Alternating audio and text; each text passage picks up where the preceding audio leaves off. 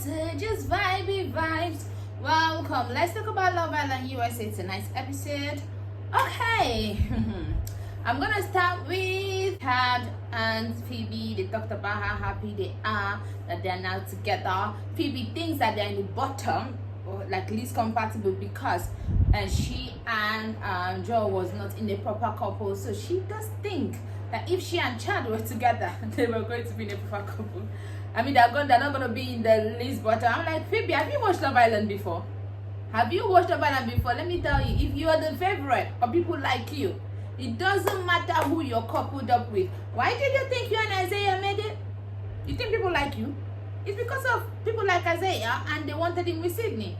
So, girl, it just shows that people don't like you. They don't like Chad. So both of you being together, if there's a vote, you guys are going to be in the bottom. But unfortunately, there's no vote. I'm going to talk about that at the end because I feel like something is going to happen and I'm going to explain that. Okay, so now the baby challenge. Deb was the worst mother. I don't know if she's the worst mother I've seen on Love Island, but guy, everybody this season, the girls, the guys, they were doing so well. I didn't even know who was gonna win. And then Love Island president, they were like, nah, we're gonna have two twins for Isaiah and Sydney. It's like they were just planning for their downfall, but they said today we rise to the occasion. They took care of those twin babies. Like honestly, Isaiah was a good dad. Everybody was a good dad. Just Deb was not a good mom. Deb was running. Deb not carried the baby. According to Deb, she actually hit the baby's head on the floor a couple of times. So why do you think you guys are going to pass the challenge? They're like, oh, I did not pass. Why did I not pass? But I hit the baby head a few times. Girl, that's why you did not pass. Okay, so I don't know. Zida said she's not ready for a baby, but she's 29.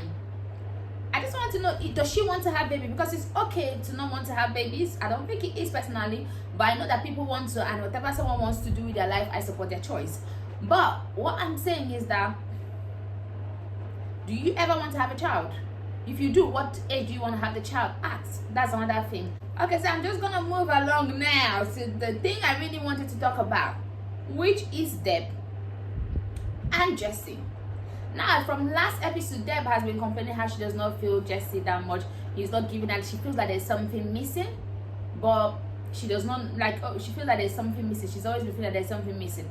I feel like also all these things always, this whole something missing came up from America, saying that they don't think that he's attracted. Was it the attracted one? The tweet that they had the last time. What was the tweet about? Yeah, the one where they said they don't feel like he's physically and whatever attracted to her. I feel like she's holding all those things to heart every time. When Jesse was in the bottom, when she's feeling like America is telling her something, which America was telling her something, but that was before, that was in the beginning. But now people don't feel that way. But obviously they brought that old tweet. I do feel like she feels like something was missing. I've said that before. That's why she went to car. But we felt like something was missing. Auntie Casa Mother, the guy now has turned a new leaf. It just feels like for me, for Jess and Deb's relationship, Jesse and Deb's relationship, whenever is that one of them is giving too much and the other one is pulling back. Like Deb was giving too much from the beginning, Jesse was not there. Now Jesse is giving a lot, Deb is not there. Now, do I think that Jesse is not a communicator? He does not. She knew all this though. Like before she was like, oh, after Kasamo, oh, it's you I want, and was crying. Like honestly, you knew all this. Now I will say this, Deb, you are also a bad communicator. You might be bubbly and all of that, but that does not make communication in your relationship. Now you have told the girls how you felt. Now Jesse too has told the guys how he felt, how he feels, but maybe has not communicated that deep to you. Because I think he does tell you that he likes you, but he just says it so up, not like very emotional. He's not letting his guard down completely. Now you have been saying that there's something missing. You feel like that. You have not communicated that to Jesse. In the bed, you've asked him, do you think you see us walking outside? What do you? He said, of course he sees you walking outside because he likes you. Now you've not said, guy, I have some doubts. There are some things I'm not feeling. I feel like there's something missing. Do you feel like there's something missing? I feel like we don't communicate as much as we should. I feel like we don't touch, and because she was talking about every other couple, like she wants to be like every other couple, even Chad and Phoebe. So that means there's something big missing. Honestly, for you guys to have been a couple from the beginning, there must be something really huge missing. But Deb, you have not communicated this. So Jesse is blind, like he doesn't know about it. You just blindsided him on that aspect. Now he asks you now.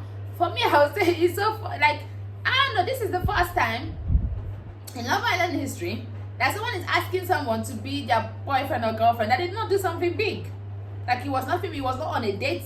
It was not nothing. It was just, let's talk and be boyfriend and girlfriend.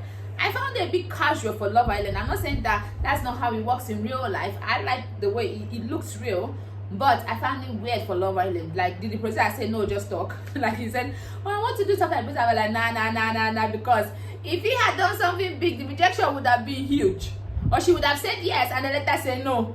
So the conversation, she's like, oh no, where we are is fine, well, let's go outside and see. I do understand that if she was into him, but I know that she is not, and he's telling her how he's so, and she just say yes, yeah. You can see her cringing, smiling at the same time. So girl, you are not communicating too, so both of you are bad communicators. So I cannot agree when both of you are not supposed to be together. And Zita asked one serious question: when you think about being without him, not having him in your life, do you feel heartbroken, or do you feel like you will be fine? I was like, wow, Zita, where were you when I needed you? Where were you when I needed this nugget of wisdom, Zita? Anyway, she said that she will be fine. I was like, okay, if you feel like you're gonna be fine, then it makes sense. But I expected her to, I don't know, it's because Love Island she has to be in a couple. Now she did not break up with him because, I don't know, she's just still there. But now, to what I wanted to talk about. I feel like Deb and Jesse will be going home because they sent a text message saying that tomorrow episode someone is going to be going home, one couple will be dumped. Now they did not ask the public to vote, meaning that they are going to ask the islanders to vote under, like, who do you think is more compatible or something. They are going to ask them to vote on something, and they are going to say that now they're not, since they say someone will be dumped, means that they're not going to give us the chance. The couple that has the highest vote will automatically be dumped. So I feel like if it's compatibility, everybody's going to say Deb and Jesse, no, like, you know what I mean. And then Phoebe and this will get maybe one vote from Deb and Jesse, and that will be it. So Deb and Jesse will go home. So Phoebe and after meeting the parents, so Phoebe and Chad, we're gonna see them for a while. They're gonna be your top 4 couples. Honestly, I'm gonna say this: American Love Island has always made mistake with the final couples. This year, I think it's the first time. Okay, let me not conclude because the first year I watched halfway and I got tired. I didn't complete it. Second season I didn't watch at all. So I watched last year and this year. So I'm not the right person. I don't know how it happened in the first season, and I don't know how it happened in the second season. So I cannot talk. But from last year and this year, I have come to the conclusion that American Love Island, the final couples are always shit. Anyway, this year they have 3 people that are good. At least that's good. And they're going to be the final 3, obviously.